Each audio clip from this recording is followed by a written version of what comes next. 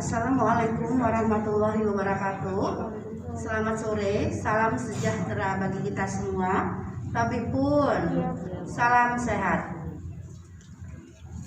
Hari ini tanggal 28 Mei 2020, saya akan memberikan informasi terkini tentang perkembangan kasus COVID-19 yang ada di Provinsi Lampung. Orang dalam pemantauan saat ini di Provinsi Lampung berjumlah 3.163, di mana yang masih dalam pemantauan ada 58 orang yang telah selesai dipantau selama 14 hari berjumlah 3.098, dan yang meninggal dalam status ODP ada 7 orang. Untuk pasien dalam pengawasan saat ini di Provinsi Lampung berjumlah 105 orang, di mana yang masih berada di ruang isolasi di beberapa rumah sakit rujukan yang ada di Provinsi Lampung sejumlah 15 orang, dan yang sudah negatif dalam keadaan PDP atau sembuh sejumlah 70, dan PDP yang meninggal ada 20 orang. Kasus konfirmasi positif COVID-19 yang ada di Provinsi Lampung sampai hari ini berjumlah 118 kasus, di mana yang masih berada di ruang isolasi ada 60 orang.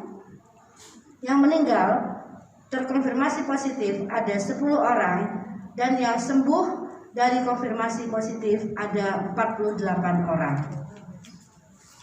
Ada beberapa pertanyaan tentang klaster-klaster yang ada di Provinsi Lampung.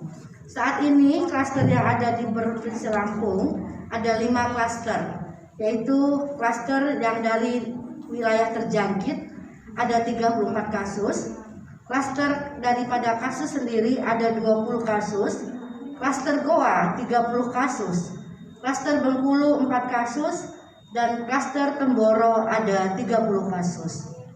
Dan yang menjadi penularan terbanyak hasil tracing di Provinsi Lampung adalah berjumlah 34 dari klaster wilayah terjangkit, dalam arti ada kontak dari orang-orang luar daripada wilayah Lampung yang merupakan memang daerah terjangkit COVID-19. Untuk OTG di Provinsi Lampung saat ini berjumlah ada 73 pasien, di mana OTG ini kami dapatkan dari hasil tracing daripada kasus konfirmasi positif. Saat ini ada pertanyaan juga, situasi di sejumlah pasar tradisional di Lampung cukup ramai. Apakah pemerintah berencana untuk menggelar tes cepat secara massal di pasar ataupun pusat keramaian di Lampung untuk deteksi dini COVID-19? Dalam hal ini bisa kami informasikan bahwa pemerintah memang akan berencana menggelar tes rapid secara maksimal atau secara acak massal di pasar, di pusat keramaian juga. Hal ini tentu lagi dalam tahap proses penyusunan persiapan, baik logistik, kita juga harus menyiapkan alur dan juga petugas pelaksana di lapangan. Menindaklanjuti persyaratan PSBB DKI Jakarta, yang mana surat izin untuk keluar masuk SIKM di DKI bila menggunakan pesawat harus ada surat bebas COVID dengan tes swab PCR dari kota keberangkatan. Mohon penjelasannya. Dalam hal ini saya sudah berkoordinasi dengan Kepala Dinas Kesehatan DKI, Dr. Dwi, dan juga dengan Bapak LO kami, Bapak Nazir Shah, tentang persyaratan ini. Kami sampaikan bahwa untuk saat ini Provinsi Lampung PCR-nya baru bisa running hanya untuk pasien-pasien yang ada di Provinsi Lampung. Kami belum bisa untuk melayani masyarakat biasa untuk pemeriksaan PCR. Oleh karena itu, jawaban daripada DKI cukup dengan rapid test, nanti sampai di DKI akan dilakukan pemeriksaan kembali. Jadi itu selama ini yang kami lakukan. Dengan ada persyaratan SIKM untuk yang keluar masuk DKI, kami tetap melakukan hanya rapid test saja. dan setelah itu yang bersangkutan bisa melaksanakan perjalanan keluar daripada Lampung. Itu yang dapat kami sampaikan. Ini ada satu lagi, bagaimana tracing pasien nomor 85, di mana 2 orang terdekatnya hasilnya juga positif dan kabarnya isolasi mandiri di rumah, yaitu daerahnya adalah daerah Panjang, karena di sana sangat ramai penduduknya. Bagaimana pengawasannya? Mengingat tempat tinggal pasien tersebut merupakan daerah padat pemukiman. Untuk jawaban daripada pertanyaan ini, pemerintah daerah telah menyiapkan rumah sakit karantina untuk COVID-19, yaitu Rumah Sakit Bandar Negara Husada. Dipersilakan siapa saja yang OTG, yang konfirmasi positif untuk melakukan perawatan di Rumah Sakit Bandar Negara Husada. Jika pasien tersebut memang bisa berjanji dan komitmen untuk isolasi mandiri dan juga penduduk setempat tidak melakukan komplain terhadap pasien tersebut, dan juga tetap dilakukan pengawasan terhadap gugus tugas di kabupaten kota yang ada pasien konfirmasi positif tersebut, tetap kami berikan kebebasan untuk melakukan isolasi mandiri di rumah masing-masing, ataupun di beberapa kabupaten kota ada daerahnya yang sudah mempersiapkan tempat untuk isolasi mandiri bagi pasien-pasien OTG dengan konfirmasi positif.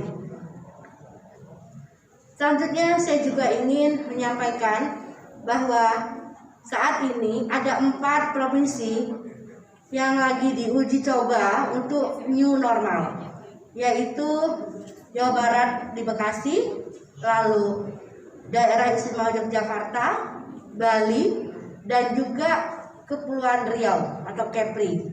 Nah, di tempat itu sudah dicoba dilakukan new normal. New normal dalam arti adalah tatanan hidup baru, di mana nanti kedepannya tentu saja kehidupan kita akan mempunyai lifestyle yang baru.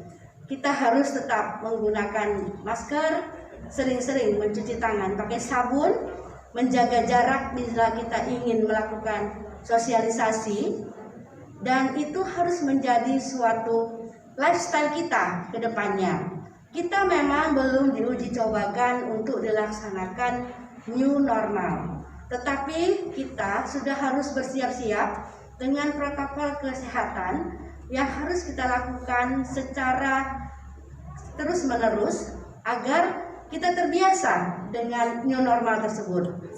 Kita harus biasakan, mungkin nanti akan dibuka sekolah, anak sekolah melakukan protokol kesehatan, juga mungkin kantor-kantor juga melakukan protokol kesehatan, bahkan toko-toko sekalipun harus melakukan protokol kesehatan. Yang punya toko juga harus memikirkan bagaimana dalam tokonya tidak terjadi penumpukan orang. Mungkin bisa diatur alurnya, bisa masuk 5, keluar 5, atau bagaimana cara terbaik agar toko tersebut bisa berjalan sebagaimana mestinya, tetapi tetap protokol kesehatan harus dilakukan. Ini merupakan tanggung jawab juga dari pemilik toko tentunya, ataupun departemen store. Ya, kita tidak bisa tahu kapan pandemi ini akan berakhir, tapi kehidupan kita harus tetap berjalan. Oleh karena itu, ke depan ini walaupun kita belum diberlakukan sebagai new normal, tetapi kita harus bersiap-siap dengan lifestyle yang baru, yaitu dengan new normal. Pakai masker, jaga jarak, jadi bersosialisasi, tetap kita mencuci tangan pakai sabun sesering mungkin di air yang mengalir, ataupun kita selalu membawa hand sanitizer jika kita ingin keluar rumah, dan masker tetap kita bawa. Ya, kalaupun perlu sarung tangan juga harus kita bawa seandainya kita memang tidak ada tempat nanti untuk mencuci tangan pakai sabun. Demikian beberapa hal yang dapat saya sampaikan. Tetap jangan panik, tetap menjaga protokol kesehatan, dan harus konsisten melakukan protokol kesehatan tersebut. Insya Allah pandemi global COVID-19 di Provinsi Lampung secara bersama-sama dapat kita lalui. Terima kasih. Wabillahi taufiq wal hidayah. Wassalamualaikum warahmatullahi wabarakatuh.